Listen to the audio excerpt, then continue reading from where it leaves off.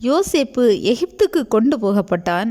பார்வோனுடைய பிரதானியும் தலையாரிகளுக்கு அதிபதியுமாகிய போத்திபார் என்னும் எகிப்து தேசத்தான் அவனை அவ்விடத்திற்கு கொண்டு வந்த இஸ்மவேலரிடத்தில் விலைக்கு வாங்கினான்.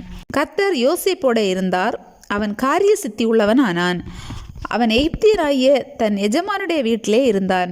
கர்த்தர் அவனோட இருக்கிறார் என்றும் அவன் செய்கிற யாவையும் கர்த்தர் வாக்கிய பண்ணுகிறார் என்றும் அவன் எஜமான் கண்டு யோசேப்பினிடத்தில் தயவு வைத்து அவனை தனக்கு ஊழியக்காரனும் தன் வீட்டு விசாரணைக்காரனுமாக்கி தனக்கு உண்டான யாவற்றையும் அவன் கையில் ஒப்புவித்தான். அவனை தன் வீட்டுக்கும் தனக்கு உண்டான எல்லாவற்றுக்கும் விசாரணைக்காரனாக்கினது முதற்கொண்டு கர்த்தர் யோசேப்பு நிமித்தம் அந்த எகிப்தியன் வீட்டை ஆசீர்வதித்தார். வீட்டிலும் வெளியிலும் அவனுக்கு உண்டானவைகள் எல்லாவற்றிலும் கர்த்தருடைய ஆசீர்வாதம் இருந்தது.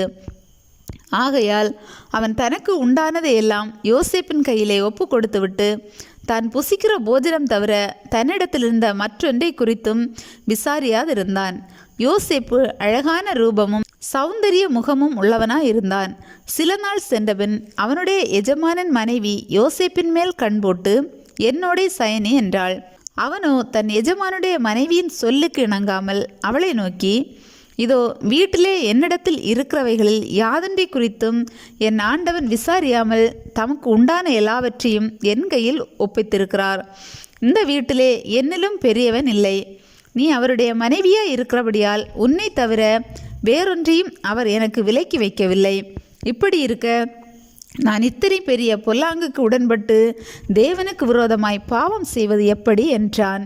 அவள் நித்தம் நித்தம் யோசேப்போடு இப்படி பேசிக்கொண்டு வந்தும் அவன் அவளுடனே சயனிக்கவும் அவளுடனே இருக்கவும் சம்மதிக்கவில்லை. இப்படி இருக்கும்போது ஒரு நாள் அவன் தன் வேலையை செய்கிறதற்கு வீட்டுக்குள் போனான். வீட்டு மனிதர்கள் ஒருவரும் வீட்டில் இல்லை. அப்பொழுது அவள் அவனுடைய வஸ்திரத்தை பற்றி பிடித்து என்னோடே சயனி என்றாள். அவனோ தன் வஸ்திரத்தை அவள் கையிலே விட்டு வெளியே ஓடிப்போனான்.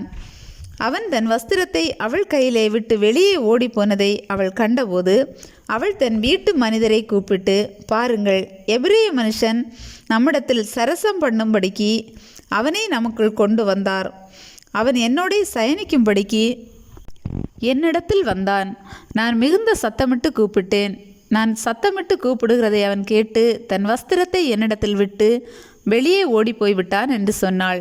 அவனுடைய எஜமான் வீட்டுக்கு வருமளவும் அவனுடைய வஸ்திரத்தை தன்னிடத்தில் வைத்திருந்து அவனை நோக்கி, நீர் நம்மிடத்தில் கொண்டு வந்த அந்த எபிரேய வேலைக்காரன் சரசம் பண்ணும்படிக்கு என்னிடத்தில் வந்தான். அப்பொழுது நான் சத்தமிட்டு கூப்பிட்டேன். அவன் தன் வஸ்திரத்தை என்னிடத்தில் விட்டு வெளியே ஓடிப்போனான் என்றாள். உம்முடைய வேலைக்காரன் எனக்கு இப்படி செய்தான் என்று தன் மனைவி தன்னோட சொன்ன வார்த்தைகளை அவனுடைய எஜமான் கேட்டபோது அவனுக்கு கோபம் உண்டது. யோசேப்பின் எஜமான் அவனை பிடித்து ராஜாவின் கட்டளையால் காவலில் வைக்கப்பட்டவர்கள் இருக்கும் சிறைச்சாலையிலே அவனை ஒப்புவித்தான். அந்த சிறைச்சாலையில் அவன் இருந்தான். கர்த்தரோ யோசேப்போடே இருந்து அவன் மேல் கிருபை வைத்து சிறைச்சாலை தலைவனுடைய தயவு அவனுக்கு கிடைக்கும்படி செய்தார். சிறைச்சாலை தலைவன் சிறைச்சாலையில் வைக்கப்பட்ட யாவரையும் யோசேப்பின் கையிலே ஒப்புவித்தான். அங்கே அவர்கள் செய்வதெல்லாவற்றையும் யோசேப்பு செய்வித்தான். கர்த்தர் அவனோட இருந்தபடியினாலும் அவன் எதை செய்தானோ அதை கர்த்தர் வாய்க்க பண்ணினபடியினாலும் அவன் வசமாயிருந்த யாதொன்றையும் குறித்து சிறைச்சாலை தலைவன் விசாரிக்கவில்லை.